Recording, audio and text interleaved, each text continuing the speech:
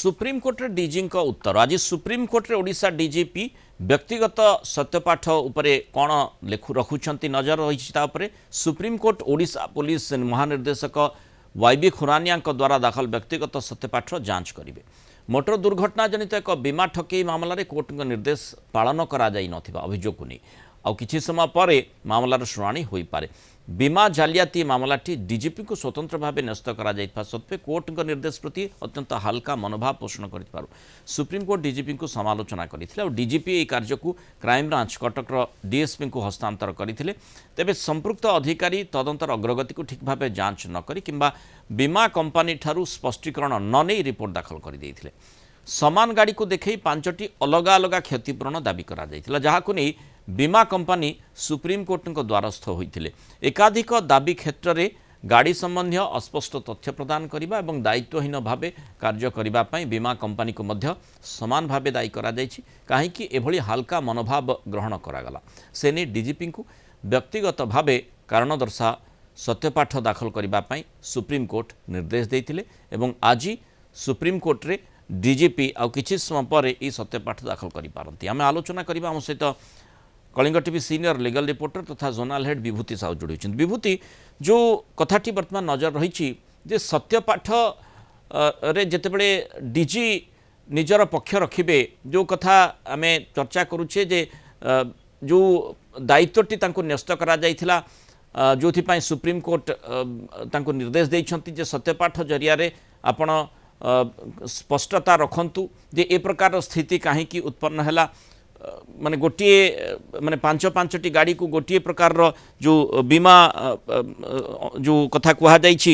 किभली भाव में सेगुड़िक करागला ये सबू जिनिस निश्चय से स्पष्टता रखिबे और जो भली आम जानिचे डीजी पुलिस जड़े दायित्व संपन्न और गुरुत्वपूर्ण भूमिका विभिन्न समय निर्वाह करिसेंती तांको सत्यपाठ गुरुत्व वहन करुछि। निश्चित रूपे मुनाल आपण जानिचंती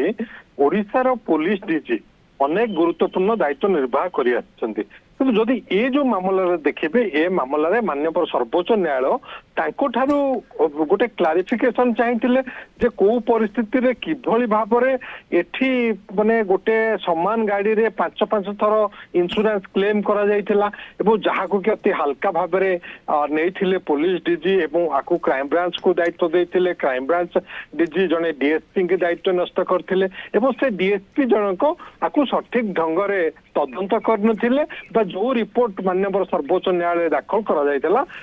संतोष प्रकाश करना माननीय सर्वोच्च न्यायालय विभूति देखा कि जितेबले भी आम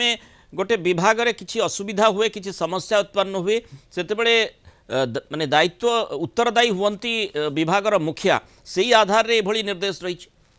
निश्चित रूपे विभागर मुखिया ही उत्तरदायी एवं ओडिशा पुलिस रे मामलाटी ओडिशा पुलिस की तदंत करने को जो माननीय सर्वोच्च न्यायालय कहते तेणु ओडिशा पुलिस डीजी ही उत्तरदायी रहिबे किंतु एठी कथा होची तांकु कुहा जायछि पुलिस डीजी को जे तांको विरुद्ध रे काहे कि अदालत अवमानना करा जिवो नाही से संपर्क रे से स्पष्टीकरण रखिबे से संपर्क रे से सत्यपाठ दाखल करिवे एवं आज सत्यपाठ दाखल करूछंती ओडिशा पुलिस डीजी तेणु से सत्यपाठ कौन रखुंट ताहा ही देखिबार कथा जे को परिस्थिति रे ए मामलार तदंत क्राइम ब्रांच को हस्तांतर कराइतिला एवं क्राइम ब्रांच रो जने डीएसपी के हस्तांतर करिकि एठी क्राइम ब्रांच भी चुप हेकि बसी जाइतिला तेणु एठी जेतले वरिष्ठ पदाधिकारी उत्तरदायित्व रहुछि माननीय सर्वोच्च न्यायालय एथिरे हस्तक्षेप करिसंती 2017 अक्टोबर मासरे इंश्योरेंस क्लेम जहाँकि पूर्व हाईकोर्ट को जाइतिला एवं हाईकोर्ट जो निर्देश देते ताकू चैलेंज करके इंश्योरेंस कंपनी